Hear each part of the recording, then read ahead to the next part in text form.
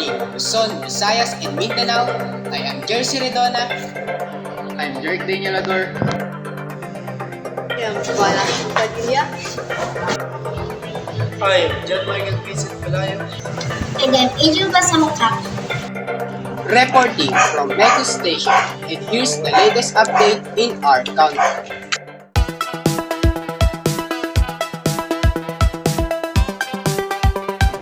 Gilas star Justin Brownlee failed Asian Games doping test.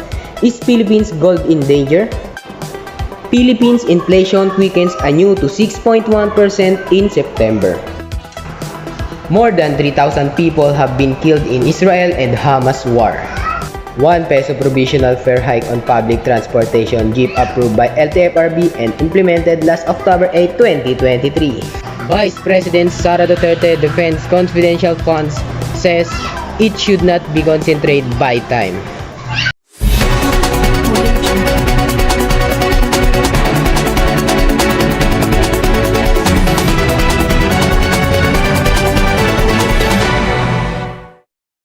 ₱1 provisional fare hike on public transportation jeep was approved by the FRB and implemented last October 8, 2020. Land Transportation Franchising and Regulatory Board gives it approval to ₱1 increase on jeepney fare. As they have said, it is provisional, so it's just temporary despite of the high cost of fuel. They also added that this ₱1 will help the jeepney driver to have much more income. Upon implementation, traditional jeep ₱12 fare increased to ₱13, and the modern jeepney's ₱14 fare was increased to ₱15. If the LTFRB approval of this, what will the commuter and driver says about this? Let us hear Mr. J.B. Palayo about this matter. Yes, Ashley. As they have mentioned, the ₱1 provisional fare hike was imposed last October 8, 2020. It was just temporary, and when the price of the diesel reduces, the fare for a traditional jeep and modern jeep will go in return to its original price. But the commuters must be prepared because of the limitation of transportation route for ₱5 increase. We are here to interview some students who are affected by the ₱1 provisional fare hike. So ano mo masasabi mo sa ₱1 dagdag masahe sa akin? Para sa akin, kasi mahirap na yun. Kasi yung ₱1 na yun, pwede ko gamitin sa akin. Kunyari ko yung mga pwede ko siya gamitin para kasi na, idagdag ko na sa pan na yun, ipapamasahe ko na yun. So, para sa isang ko yan,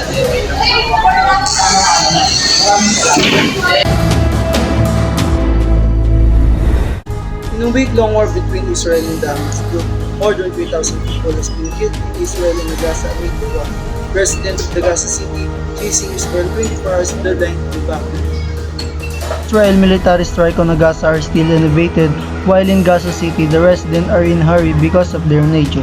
Israel warning more than 1 million residents theirs to evacuate southward within 24 hours, so that they would not be affected. According to the United States nation, consider to impossible for such a movement to take place without devastating humanitarian consequences. Alert level 2 is still in Israel, where the movement of the Philippines is still limited according to the PFA. According to the Malacanang, 8 out of 22 in Israel who received aid are those who are planning to leave there to go home to the Philippines. President Bongbong Marcos also ordered various agencies to provide assistance to returning Filipinos. Our country's inflation has reported increased rate for the last 2 months, reaching 6.1% last month. The country's commodity prices were on the rise and was the inflation rate increased to 6.1% in September. The Philippine Statistics Authority reported. According to data from the PSA, inflation was hotter last month than the 5.3% posted in August. September's inflation rate is within the 5.3% to 6.1% forecast range of the Bangko Sentral ng Pilipinas for the month. National statistician Dennis Mapa said the latest figure pushed the average inflation from January to September to 6.6%. During a briefing, the main driver of the acceleration was the food and non-alcoholic beverages, particularly cereal food items such as rice to food and transport price increasing at a faster pace. Despite the imposition of a price ceiling rise, inflation balanced by 17.9% or more than double the previous month's rise inflation of 8.7% and highest in 14 years, but the PSA says rise inflation numbers are inconclusive of the activity of the price cap. Ng ating data collection, may mga outlets na nagsasabi na inuubos nila yung stocks dito sa regular and milled rice, kaya nagkaroon ng mas mataas na presyo. Kung second phase, doon nagkaroon ng adjustment, mas marami yung masasabi nating compliant. Shen Lipartosa, reporting. Gilas Filipinas naturalist player Justin Brownlee failed the doping test a day after the team won the gold medal in men's basketball. The International Testing Agency announced Thursday. In a statement, ITA said that Brownlee tested positive for carbox THC, which is a substance linked to cannabis and is included in the prohibited list of the World Anti-Doping Agency. The Hangzhou Asian Games Organizing Committee has yet to release a statement on the implication of Brownlee's failed doping test. According to Article 11 of World Anti-Doping Code of 2021, sanctions given to a team with 2 or more members who tests positive include disqualification from a competition or event on top of added consequences to the individual athlete. Only Brownlee was tagged positive from the Gilas team. His sample was collected during an in-off competition by the China Anti-Doping Agency a day after the historic win against Jordan.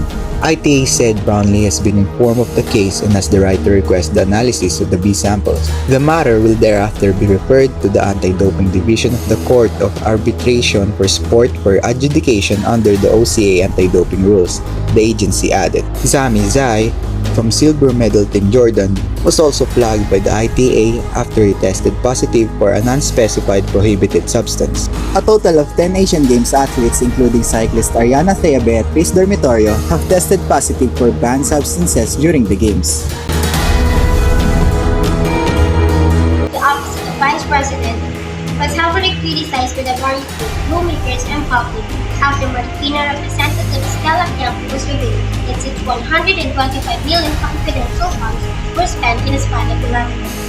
Vice President and Education Secretary Sara Duterte defended her agency's use of confidential and intelligence funds, or CIFs, saying ensuring the country's peace and order should not be concentrated by time.